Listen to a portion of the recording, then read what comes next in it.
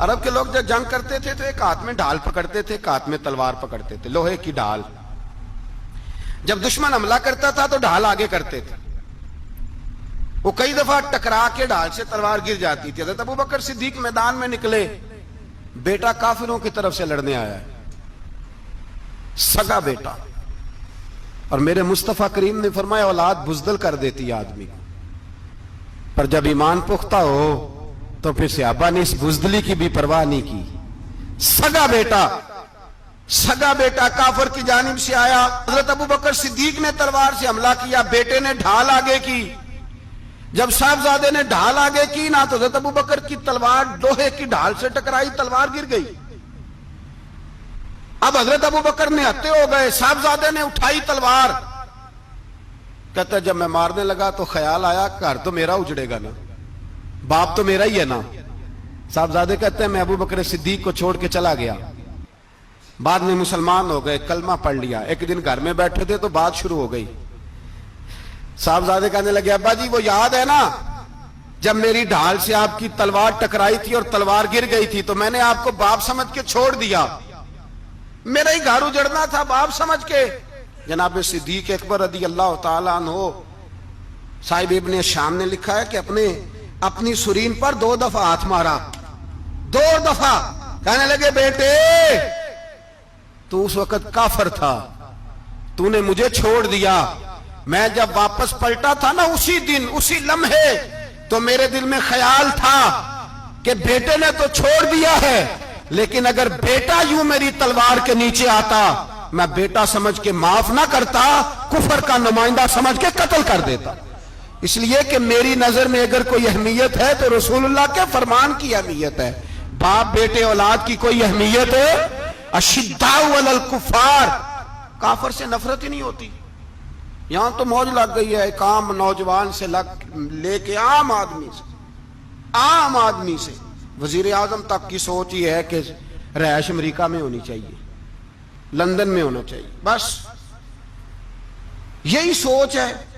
اب تو اللہ تبارک و تعالی معاف کرے جس کے پاس پاسپورٹ ہے لندن کا، یورپ کا، وہ سمجھتا پتہ نہیں میں کون سی بلا ہوں. چھوڑو، کس چکر میں پڑ گئے ہو، کس طرف نکل گئے ہو.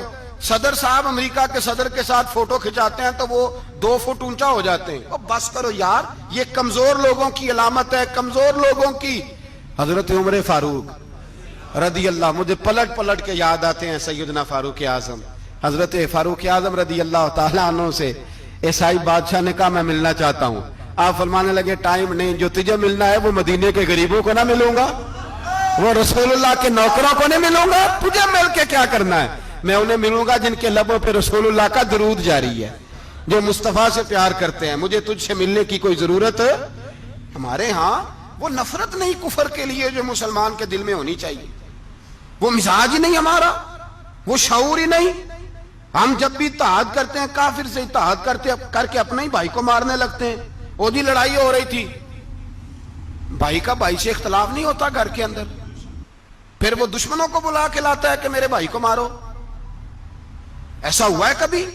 اگر آپس میں اسلامی ممالک کا اختلاف ہے بھی تو کافر کو لاؤ گے مارنے کے لیے، کافر کو لاؤ گے. اور یہاں ایک آدمی قید ہوا تھا امریکہ کا، پوری دنیا کو مصیبت پڑ گئی تھی.